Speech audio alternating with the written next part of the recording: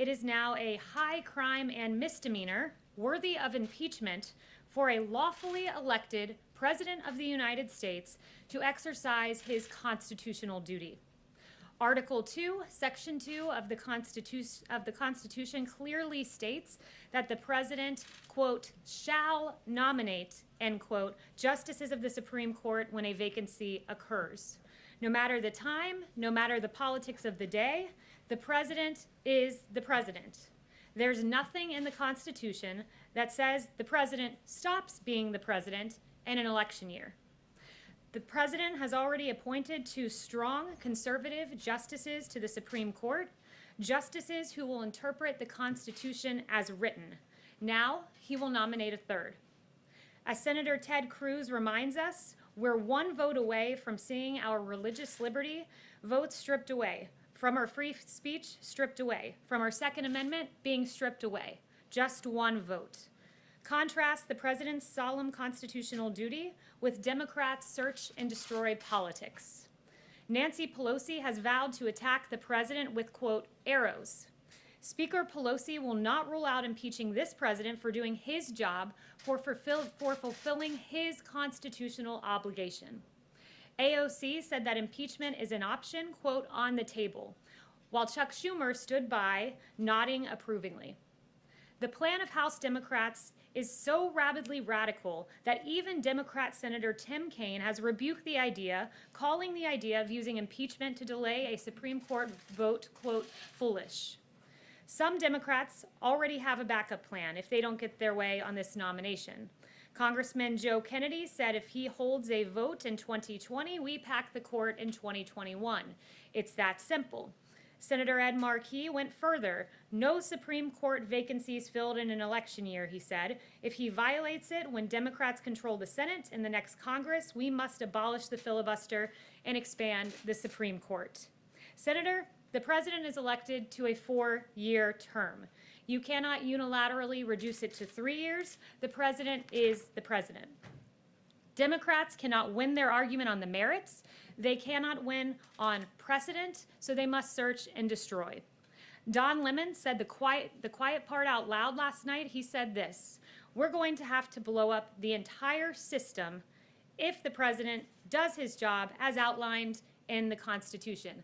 That's the difference between Republicans and Democrats. We fight to protect the system. We fight to protect the Constitution. When Democrats say outright, we are going to blow up the entire system because we do not get our way. This President will proceed undaunted by Democrat threats. President Trump will fulfill his duty. President Trump will appoint the next Supreme Court justice. President Trump will protect religious liberty. President Trump will protect our freedom of speech. President Trump will protect our Second Amendment.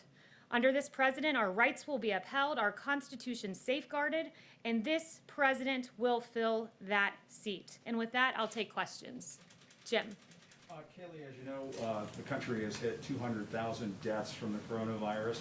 What do you say to Americans who are outraged over this and blame this administration for so many lives lost in this country? Well, as you've heard several doctors in the task force note from this podium, we were looking at the prospect of 2 million people potentially perishing from the coronavirus in this country. We grieve when even 1 life is lost, but the fact that we have that we have come nowhere near that number is a testament to this president taking immediate action, to shutting down travel from China when the other party, Democrats, were saying that was xenophobic, for shutting down travel for Europe, for developing landmark therapeutics that are working like remdesivir. And when you look at the fact that excess mortality, Europe has experienced a 28% higher excess mortality rate than the United States. It's a testament to the hard work done by the task force and this president. And if you don't mind, if I could follow up, last night the president said at one of his rallies about the virus, I think he was talking about younger Americans, he said it affects virtually nobody. By the way, open your schools, everybody open your schools. But he said to Bob Woodward, it's not just older people, it's young people too. At 200,000 deaths, shouldn't the president be telling people the truth about this virus at his rallies? The president is telling people the truth, and you're right, Jim, that he was talking about. He's saying that it affects virtually nobody and that it doesn't affect young people. He's not telling the truth. Jim, but you're again taking the president out of context. I have his full quote here, and you're right that he was referring to young people. He said this. Well, then I'm not taking it out of context. If I said he was talking about younger people, then I'm not taking it out of context. You are taking it out of context because you're making an assertion that he's not giving critical information when in fact he is. And I will underscore exactly what he said. And he said this, in some states, thousands of people, and they've had nobody young below the age of 18, like nobody. They have a strong immune system. That is factually true. You can go to the American Academy of Pediatrics website, the Children's Hospital Association, and they list out a number of states that have had zero pediatric deaths. The coronavirus and then spread it to older people. And we've known this since the very beginning. And for the President of the United States at 200,000 deaths, to go out to his rallies and say something like it virtually affects nobody, and that in some states it's not affecting young people, that is glossing over the fact and really diminishing the fact that young people can catch this virus and spread it to older people. Younger people can also be sickened and killed by this virus. Jim, do you have the quote there with you? I have the quote here, yes. Yes, it is exactly as I just read it to you, that in several states, they have had zero pediatric deaths. I have the entire list here: Arkansas, Delaware, District of Columbia, Iowa, Hawaii, Idaho, Kansas, and the list goes on. And as you may not know, Jim, the COVID has a 0.01% mortality rate for people under the age of 18. So it is not a disease that affects young people in the same way as older people, which is the exact point the president was making last night. Yes. One person, Kayleigh, who does believe that the president has the constitutional authority to make a nomination for the Supreme Court and that the Senate has the constitutional obligation to provide advice and consent is Utah Senator Mitt Romney. In the course of the last 3.5 years, the president and Romney have often found themselves at odds, have said unkind, if not intemperate things about each other. How is the president feeling about Mitt Romney today? I haven't spoken to him about Senator Romney, but Senator Romney is recognizing what any of us who take a clear-eyed look at precedent recognize, that the precedent is on our side here. 29 times has there been an appointment during an election year, 29 times. And when you break down those numbers, 19 times when those nominations were made, the Senate and the president were of the same party. 17 of those 19 times, that nominee went on to be confirmed. The 10 times when it was a difference in party between Republicans and Democrats in the Senate and the presidency, only 2 went on to be confirmed. So precedent is on our side, but Democrats are trying to have it both ways here. And I would cite Dan McLaughlin at National Review, who said this, and he's exactly right: choosing not to fill a vacancy would be a historically unprecedented act of unilateral disarmament. So let me just follow up on that if I could. So timing now is the next issue. The president will have 37 to 38 days from the time he makes the announcement to the last time that he could have a vote before the election. Past years, John Paul Stevens was nominated and confirmed in 19 days, Chief Justice John Roberts, 24, Justice Sandra Day O'Connor in 33. Times were different back then than they are now. Can you do it in 37 days? We certainly believe we can. You've heard very optimistic words from Senator Graham. And how will you do it? Well, we will go about this the way we always have, by putting forward a Constitution-abiding textualist, originalist that we believe the American people will appreciate, and we believe will get through the approval process, the nomination and confirmation process, I should say, quite quickly. Yes, Kevin. 2 quick questions. On the 200,000 deaths, will the president recognize that publicly today? At his speech or on Twitter, is this something that he would like to express remorse over, or simply to people who have lost? The president throughout this pandemic has done just that. He has said before that it keeps him up at night thinking of even one life lost. This president has taken this incredibly seriously, and what he's done is he's worked harder. Each and every day he works hard, puts his head down, and I think that's very evident in the administration's historic response, the largest mobilization of the private sector since World War II, the fact that we got working therapeutics delivered to the American people, the fact that a vaccine, frankly, this will be the fastest pace for a vaccine for a novel pathogen in history as we seek to reach that goal by the end of the year. That's what the president does. He takes this seriously. And the fact that you've seen the fatality rate that has fallen 85% since April, and the fact that only 1.5% of emergency room visits are now people sick with COVID is a real testament to the hard work done by the task force and President Just Trump. one follow-up. Could you speak a bit about why the president prefers to have the confirmation vote before the election? How does he think this is going to help Cory Gardner and Joni Ernst and Republicans keep the majority in the Senate? Well, the president would like to see a confirmation process that is fair. I think one of the low points for this process was the Kavanaugh hearings and what Democrats did there, making baseless allegations against Justice Kavanaugh, someone respected prior to President Trump appointing him by everyone. And Democrats really dragged his name through the mud. What happened there was a travesty. And the president wants to see a fair confirmation process, and he wants to see one that does not look like what happened to Kavanaugh. That was a real low point for Democrats. Democratic stumbles in the Kavanaugh confirmation process will help Republicans?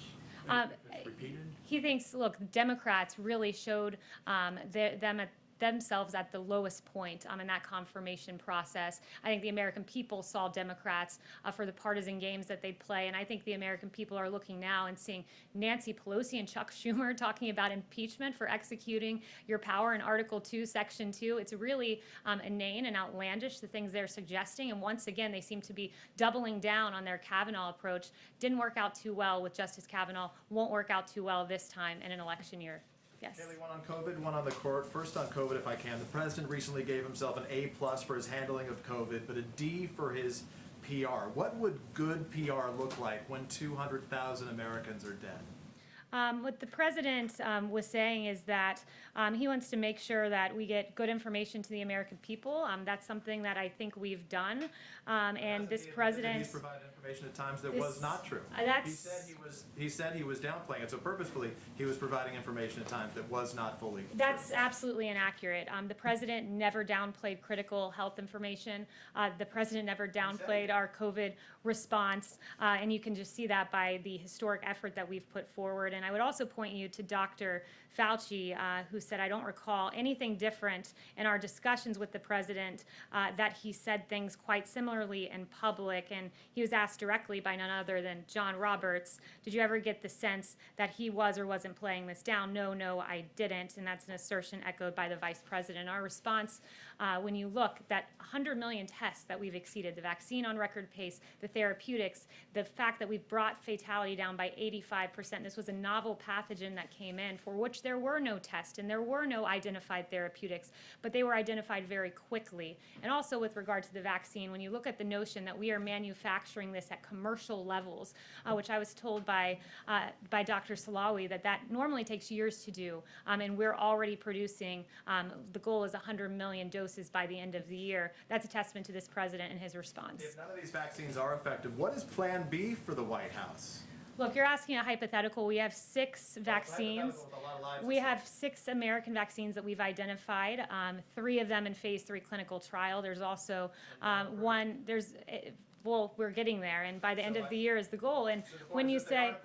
What will we do if they're not approved? We all hope for good news, but what if they're not approved? What would the White House do? We have 6 candidates. We are a strong belief that we will identify one, hopefully more than one, working vaccine by the end of the year, producing them in advance. We already have a distribution plan. And when you compare this, I think context matters. Ebola taking 14 months to get to phase 3 clinical trial. We already have 2 candidates in phase 3 clinical trial. Ebola took 3 years to get to completion.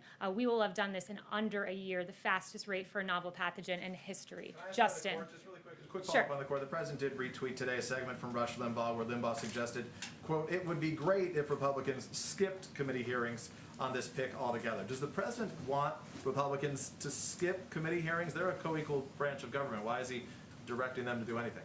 The president is a fan of Rush Limbaugh, appreciates his commentary, and therefore retweeted it. But we're working with the Senate right now on that confirmation process, and Senator Graham has said it looks like it will be on a 3-day timeline. So he Justin. wants the committee to go forward. Justin.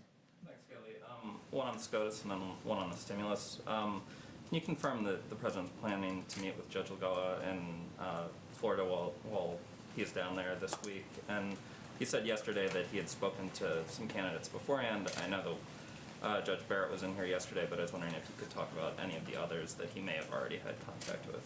Yeah, I won't get into his private meetings. You will find out which Constitution-abiding textualist and originalist he is appointing on Saturday. And then on the stimulus, it's been kind of a rocky couple days on Wall Street. I think there's concern that the Supreme Court fight may sort of kill the last gasps of getting a stimulus bill done before the election.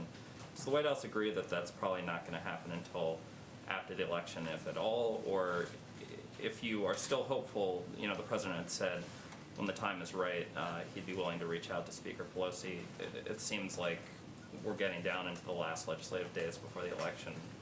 Is the time now right? Yeah, we've wanted to see a Phase 4 relief bill get to the American people. It's why the Chief of Staff and Secretary Mnuchin have been in negotiations.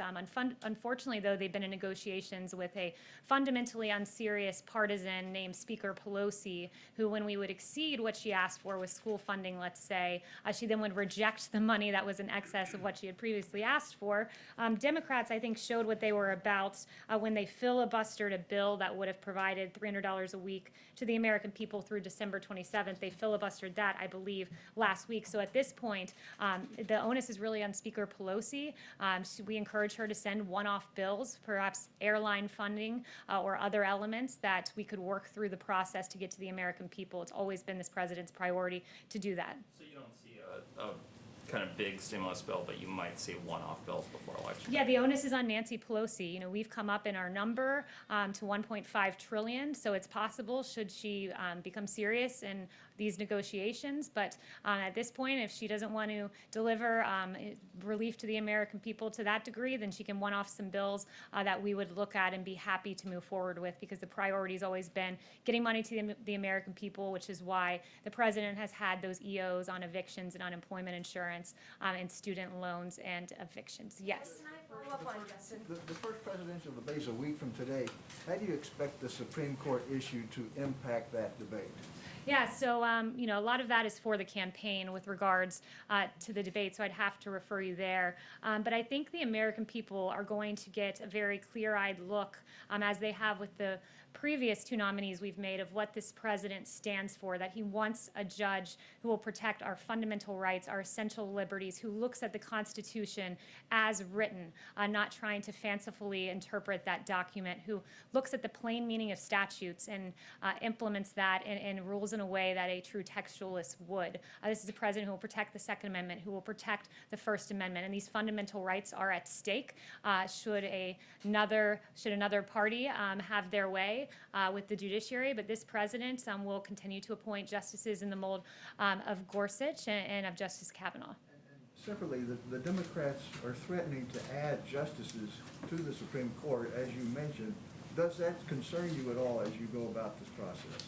Yeah, that's it's unfortunately another example of trying to blow up the system. If you don't get your way, Democrats will blow up the system. They will change the system. They will trample on the Constitution. And you know, I would point them to the words of Justice Ginsburg, who called court packing a bad idea. She called it partisan. She said 9 seems to be a good number. I think packing the court was a bad idea when President Franklin Delano Roosevelt tried it, and I'm not in favor of all of that.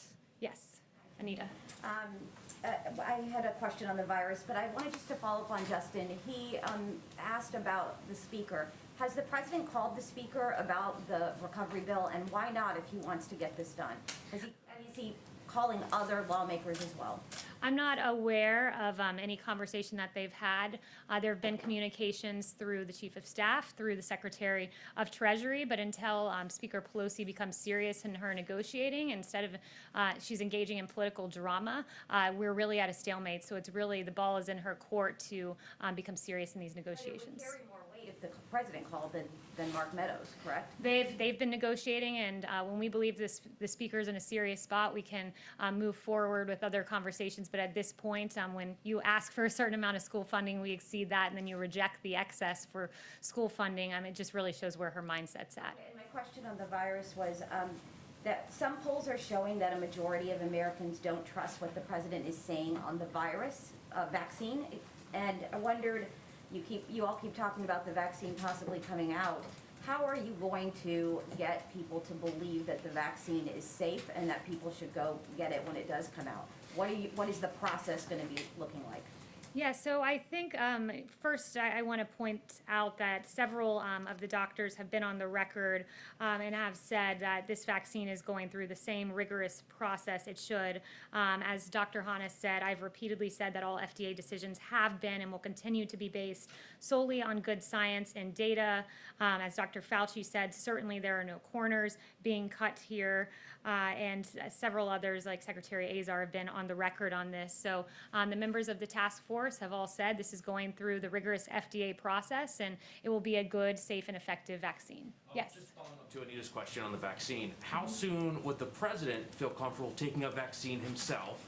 And would he support a non-American vaccine, perhaps even from China or Russia? So first, I would say this, that the president has been on the record saying, I'm happy to be the first person to take the vaccine or the last person, whatever is best for the American people.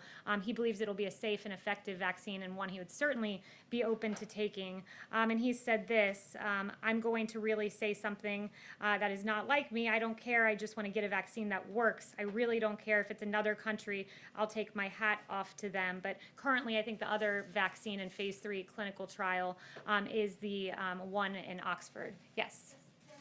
Just to clarify on the Mitt Romney development, with Senator Romney's announcement, does the president think he actually has a bulletproof group of Republicans who will vote no matter what, even before the nominee is named?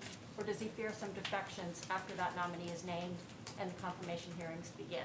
No, he thinks his nominee is going to be someone with a stellar track record, someone who, as I've mentioned, several of the qualities, will be a textualist, who will be an originalist, and someone who we believe Republicans will really rally around. And Senator Graham said that he believes that he'll have the votes, and we'll leave it to the senators at this point. But this will be a nominee that will really, I think, unify Republicans. Well, the president has been a pretty good nose counter. Does he think he has 51? I missed the first part of what you said. The president has been a pretty good nose counter. Does he think he has 51? Yeah, I think at this point he's just trying to select the nominee. I haven't spoken to him about the vote count, but we believe that Republicans will remain unified, and we believe that this nominee will get across the finish line. Yes.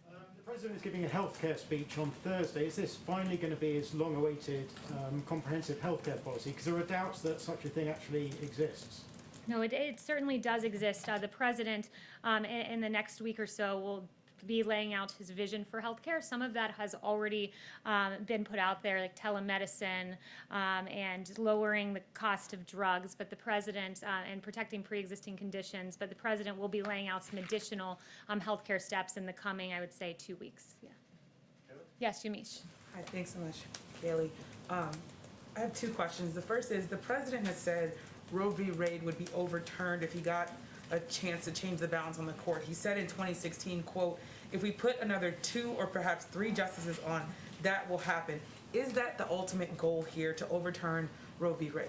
The president and the administration would not ask a judge to prejudge a case.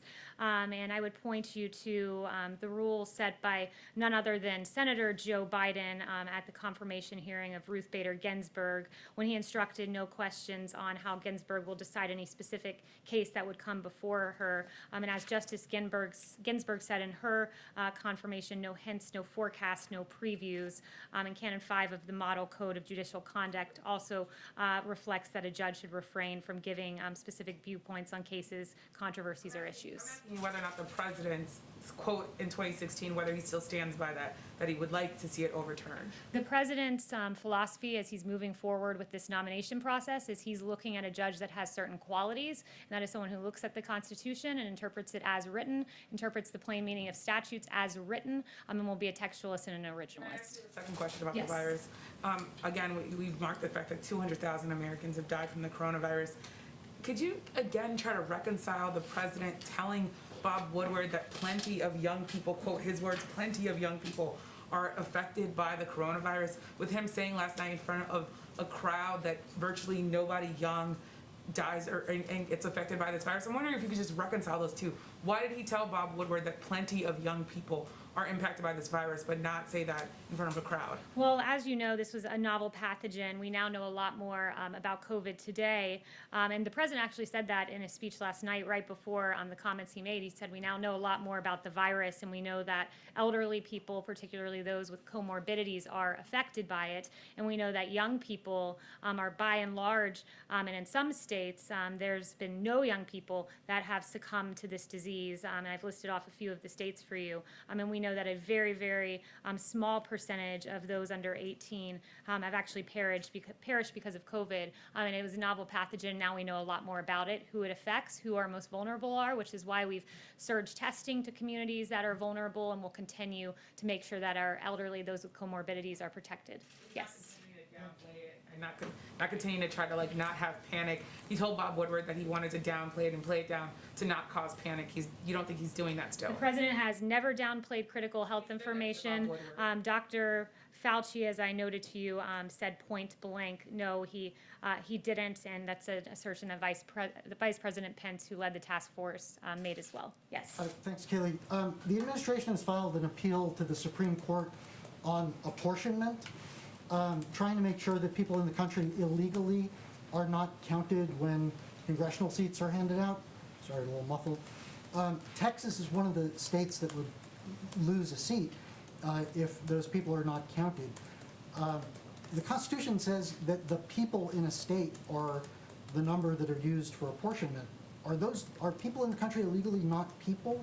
And why does the president not want Texas to have more seats rather than fewer in the U.S. House? Yeah, I haven't done a deep dive into that legal case. I can look into it and get back to you. Yes. Can I ask a separate question? Sure. At the top of this, you mentioned that Democrats have talked about impeachment, and you also said that a president doesn't stop being president in the last year. Is there any, not that they're actually going through with impeachment at the moment, but is there anything to prevent an impeachment in the final months of a presidency? Well, first, to pursue impeachment based on someone executing their lawful duty, their constitutional duty, is just preposterous. And it told us a whole lot about what Democrats use impeachment for. It shows that they've always viewed impeachment, at least in the Nancy Pelosi era, as a partisan tool to take down a sitting president, to disempower the American people who voted to empower President Trump. They've used impeachment as a political tool, and that will be the history and the record of Nancy Pelosi. And now she's on the record saying that she would even use impeachment to try to undo the Constitution, particularly Article 2, Section 2. That is shameful but unsurprising from the Speaker. Yes. In his UN speech, President Trump mentioned the reduction of carbon emission in the U.S. Of what? Sorry. Carbon emission in the U.S. Okay, I can't really hear you. Carbon emission. Okay. Saying it was a good thing. Because it's connected with the reduction of use of coal, is it to say that decline of coal is a good thing? I would just note that on greenhouse gas emissions, we have decreased them as the U.S. has become #1 in the oil and natural gas production, but we've simultaneously reduced greenhouse emissions. Yes. I also wanted to follow up on the speech the president prepared for the UN General Assembly. He hit China really hard, and the Chinese ambassador, in introducing President Xi, responded accusing the president of bullying, protectionism, and unilateralism. I'm wondering what the White House response is to that, and then how concerned is this White House that this growing rift between the world's two largest economies is going to hurt the efforts to combat coronavirus?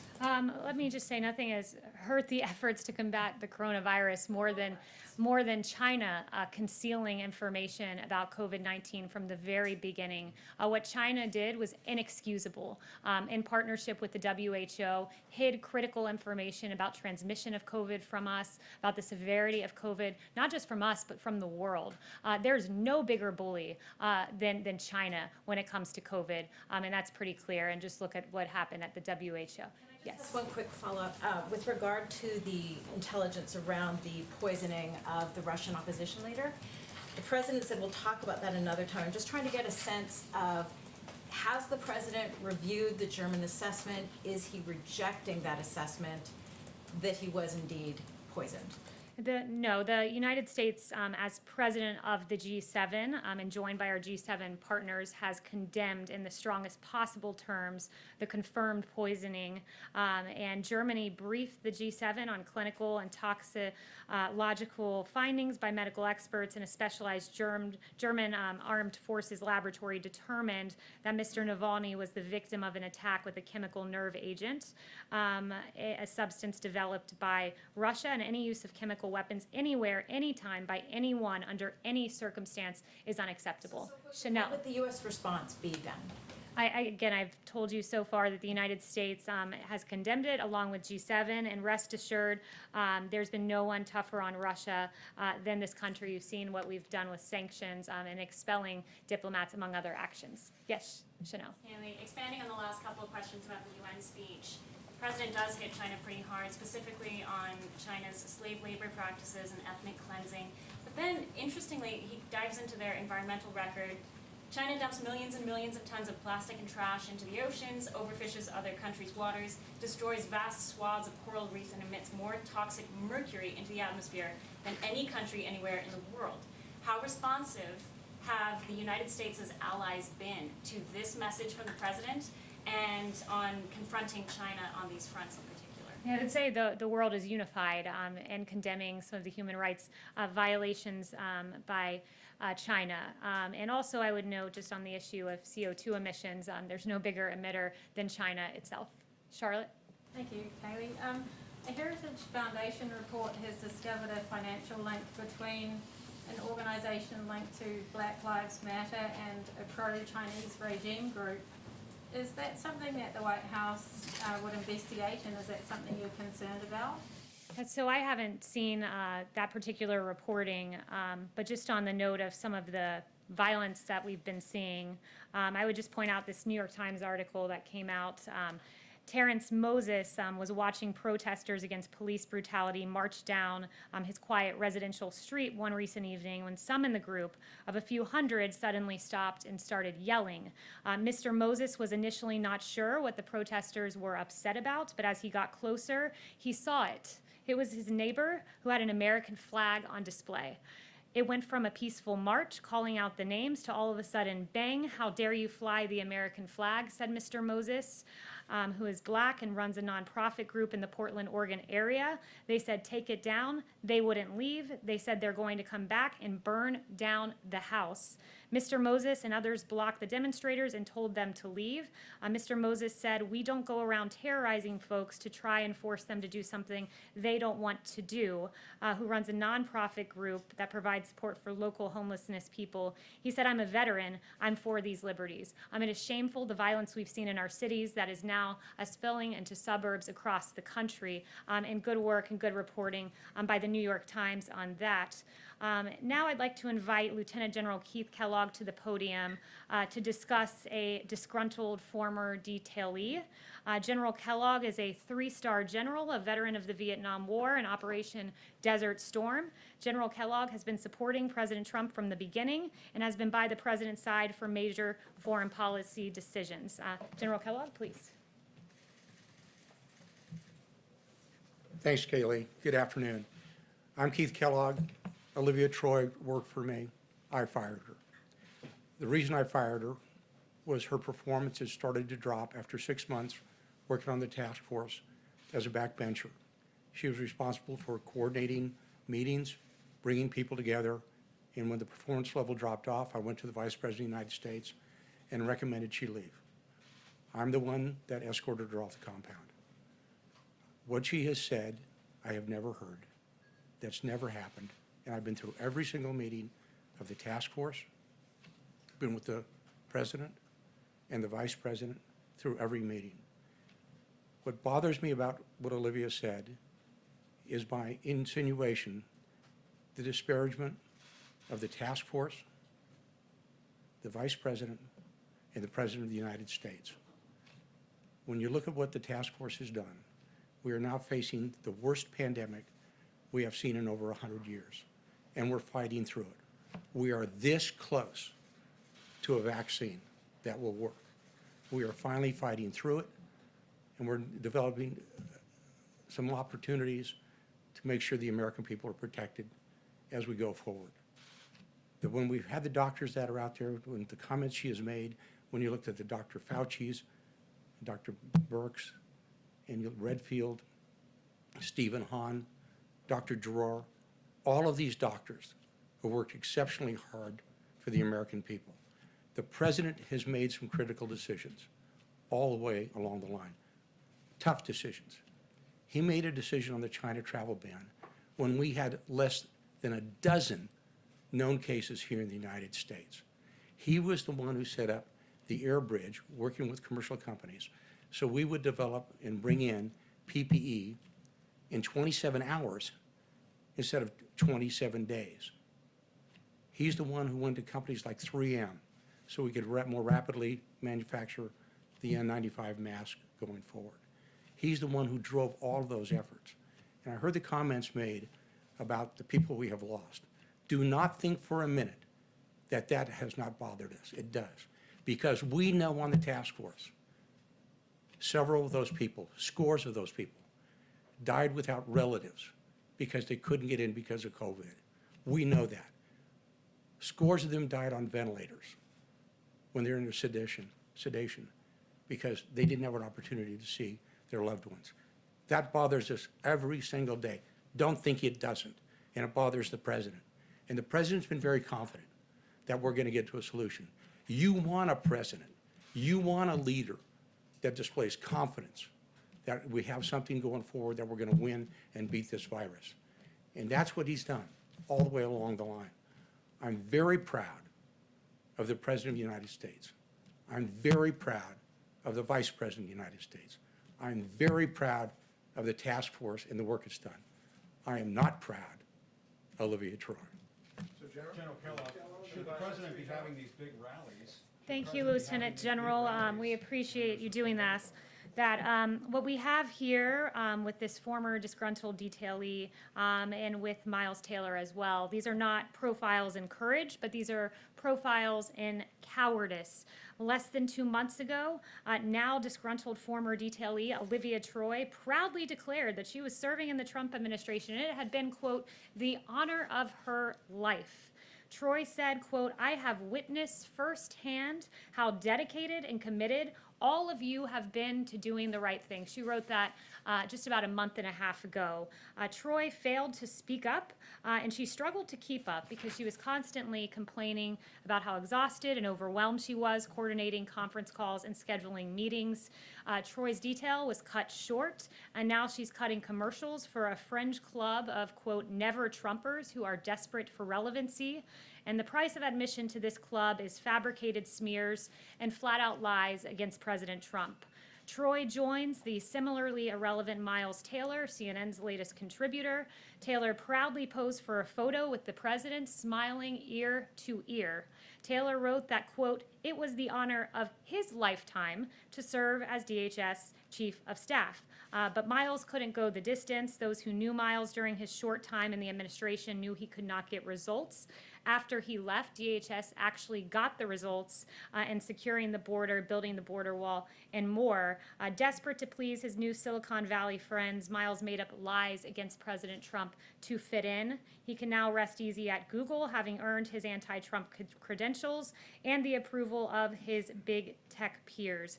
Neither of these individuals knew the president, but they are certainly trying to profit off of their time here in the White House. Flat-out lies. And thank you, General Kellogg, for setting the record straight. Thank you. Can we have some follow-up questions, Kayleigh, as long as we have someone from the task force here?